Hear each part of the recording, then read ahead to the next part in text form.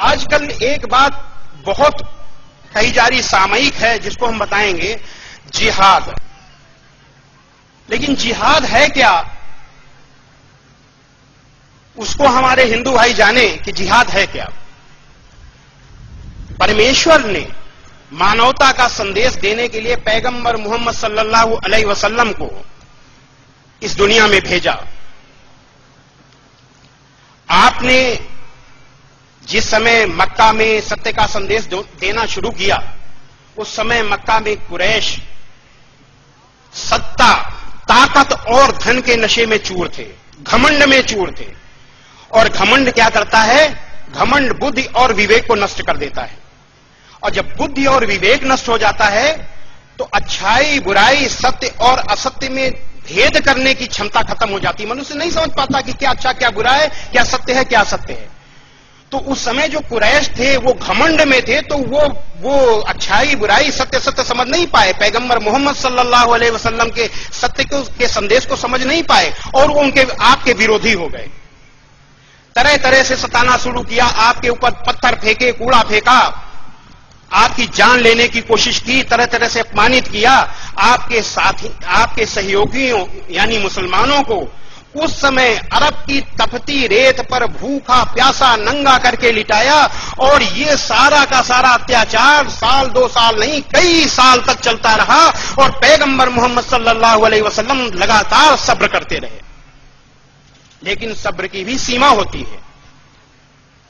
जब सीमा टूट जाती है तब युद्ध एक आवश्यकता बन जाती है। और उस युद्ध को युद्ध नहीं कहा जाता, उस युद्ध को धर्म युद्ध कहा जाता है। वही है जिहाद, जिसके लिए श्रीमद् भगवद गीता में परमेश्वर का संदेश है, अथ चेत त्वमिमं धर्म्यम संग्रामम न करिष्यसि ततः स्वधर्मम कीर्तिम च हित्वा पापम अवाप्स्यसि।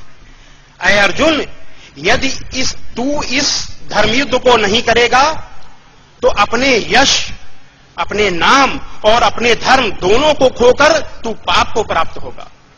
हतो वा प्राप्स्य स्वर्गम जित्वा वा भोक्ष्यसे महीम तस्मादुत्तिष्ठ कौन्तेय युद्धाय कृत निश्चया। या तो तू इस युद्ध में, इस धर्म युद्ध में मारा जाकर स्वर्ग को जाएगा, अथवा जीतकर तू इस पृथ्वी का राज भोगेगा। इसलिए ऐ अर्जुन, युद्ध के लिए निश्चय करके खड़ा हो जा।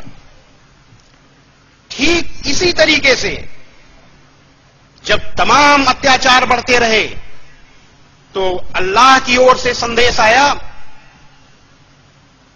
कुरान मजीद के सूरा 22 आयत 39 में कि जिन मुसलमानों से खामखा लड़ाई की जाती है उनको इजाजत है कि वे भी लड़ें, क्योंकि उनके साथ जुल्म हो रहा है। लेकिन साथ ही देखिए, विशेषता आप देख लीजिए, इसमें एक बहुत बड़ी विशेषता है। साथ ही सूरा 2 आयत 190 में हिदायत भी आई कि जो लोग तुमसे लड़ते हैं तुम भी खुदा की राह में उनसे लड़ो, मगर ज्यादती न करना, कि खुदा ज्यादती करने वालों को दोस्त नहीं रखता। बचाव करो, लेकिन बचाव में भी ज्यादती नहीं होनी चाहिए। यह है कुरान मजीद, यह है इस्लाम। और ऐसे यही है जिहाद। अन्याय, अत्याचार और आतंकवाद के विरोध के लिए किया गया प्रयास ही जिहाद है। फिर से मैं बता दूं, अन्याय, अत्याचार और आतंकवाद के विरोध में किया जाने वाला प्रयास, जद्दोजहद ही जिहाद है। और ऐसे पवित्र शब्द को, ऐसे धर्मयुद्ध को आप आतंकवाद से जोड़ते हैं। मीडिया को शर्म आनी चाहिए और जो लोग इस तरीके की बातें करते हैं उनको भी शर्म आनी चाहिए।